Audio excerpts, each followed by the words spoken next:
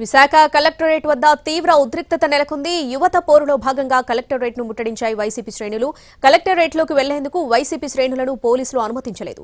కేవలం 10 మందిని మాత్రమే లోపలికి పంపిస్తామన్నారు. దీంతో వైసీపీ శ్రేణులు ఆందోళనకు దిగాయి. బ్యారికేడ్లను తోసుకుంటూ లోపలికి తీసుకెళ్లారు. పోలీసులు వారిని ఆపలేకపోయారు. ప్రభుత్వ వ్యతిరేక నినాదాలతో హోరెత్తించాయి వైసీపీ శ్రేణులు.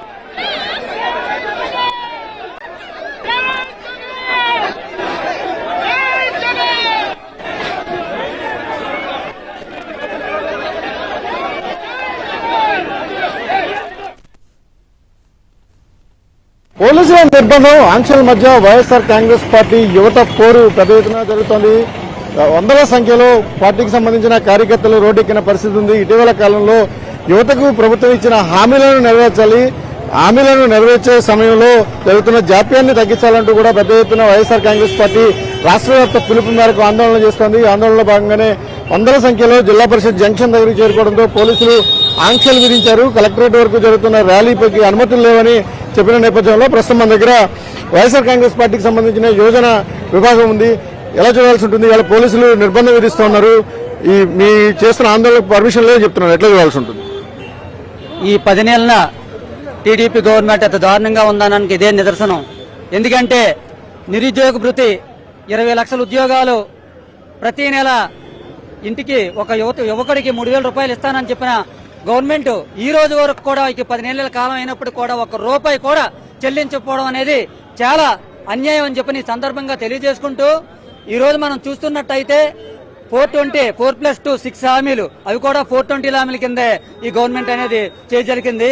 అలాగే ఈ రోజు శాంతియుతంగా మీ యొక్క నిరసన అనేది తెలియజేస్తున్నాం. శాంతియుతంగా నిరసన తెలియజేస్తున్నప్పటికీ ప్రతి సంవత్సరం కూడా ఏదైనా ఇబ్బంది వచ్చినా సరే ఇదే జంక్షన్ నుంచి కలెక్టరేట్ వరకు శాంతియుతంగా వెళ్లే రిప్రజెంటేషన్ కూడా ఈ రోజు బహిరంగంగా గవర్నమెంట్ అడ్డుకుందని అంటూ ఇంతకంటే దౌర్భాగ్యమైన చర్య లేదని చెప్పని ఈ సందర్భంగా ఖండిస్తున్నాం. ప్రజలందరూ చూస్తున్నారు.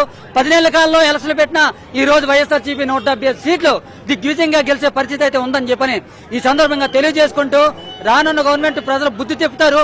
ఇదే విధంగా ఉంటే వైఖరి మార్చుకొని ప్రతి సంక్షేమ పథకాన్ని కూడా అందజేయాలని చెప్పని ఈ సందర్భంగా మీ అందరికీ నేను తెలియజేసుకుంటున్నాను. పార్టీ ముఖ్య నాయకత్వం మాత్రమే ఉంది, అది కూడా మాజీ మంత్రులకు మాత్రమే పర్మిషన్ ఇస్తామని అధికారులు చెప్పిన నేపథ్యంలో పోలీసులతో వైఎస్ఆర్ కాంగ్రెస్ పార్టీ నాయకత్వం, కాంగ్రెస్ పార్టీ శ్రేణులు కొంత వాగ్వాదానికి దిగుతున్నారు. ఖచ్చితంగా తమకు పర్మిషన్ ఇవ్వాల్సిందే. ఏదైతే పాదయాత్రగా లేకపోతే ర్యాలీగా వెళ్లి మేము వినతి పత్రం ఇవ్వాలని కలెక్టర్కి భావిస్తున్నామో అది ఖచ్చితంగా చేసి తీరుతామని కూడా వైఎస్ఆర్ కాంగ్రెస్ పార్టీకి సంబంధించిన రీజనల్ కోఆర్డినేటర్ కన్నబాబు కానీ లేకపోతే మాజీ మంత్రి గుడివాడ అమర్నాథ్ గారిని చెప్తున్న పరిస్థితుల్లో ప్రస్తుతం వీరందరినీ కూడా ర్యాలీగా వెళ్ళడానికి అనుమతిని నిరాకరిస్తున్న పరిస్థితి ఉంది.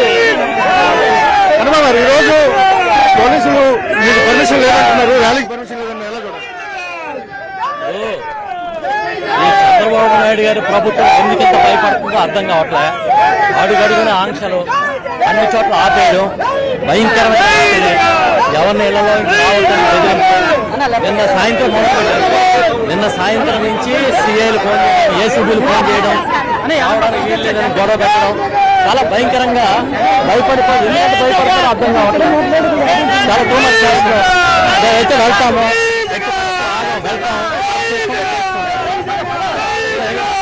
తేడా లేదు, నిరసన చేస్తాము. దానికి పర్మిషన్ అంత భయపడుతుంది. ప్రభుత్వం ఎంత భయపడుతుందంటే వాళ్ళ వైఫల్యం ఏంటో పోలీసుల ఆంక్షలను మేము అనుమతి ఖచ్చితంగా ఇచ్చి తీరాల్సిందే. మేము ఖచ్చితంగా కలెక్టరేట్ కు ర్యాలీగా వెళ్తామని కూడా చెప్తున్న నేపథ్యంలో పోలీసులు అడ్డుకుంటున్నారు. ఓవరాల్ గా ఖచ్చితంగా ర్యాలీ ముందుకు కొనసాగే అవకాశం ఉంది. ఓవరాల్ గా యువత పోరును పోలీసులకు పెద్ద ఛాలెంజ్ గా మారింది. వందల మంది వైఎస్ఆర్ కాంగ్రెస్ పార్టీ కార్యకర్తలు కలెక్టరేట్ వైపు చొచ్చుకుని వెళ్లే ప్రయత్నం కొనసాగిస్తుండగానే పోలీసులు ఎక్కడికెక్కడ నిరోధిస్తున్నారు. Cameraman Suresh Rajendran TV, Visakhapatnam. Bapatla collectorate వద్ద కూడా తీవ్ర ఉద్రిక్తత నెలకొంది. వైసీపీ యువత పోరుకు పోలీసులు అనుమతి నిరాకరించారు. దీంతో వైసీపీ శ్రేణులు నిరసనకు దిగాయి. కలెక్టరేట్ ముందు పోలీసులు పెట్టిన బ్యారికేడ్లను తోసుకుంటూ లోపలికి దూసుకెళ్లారు.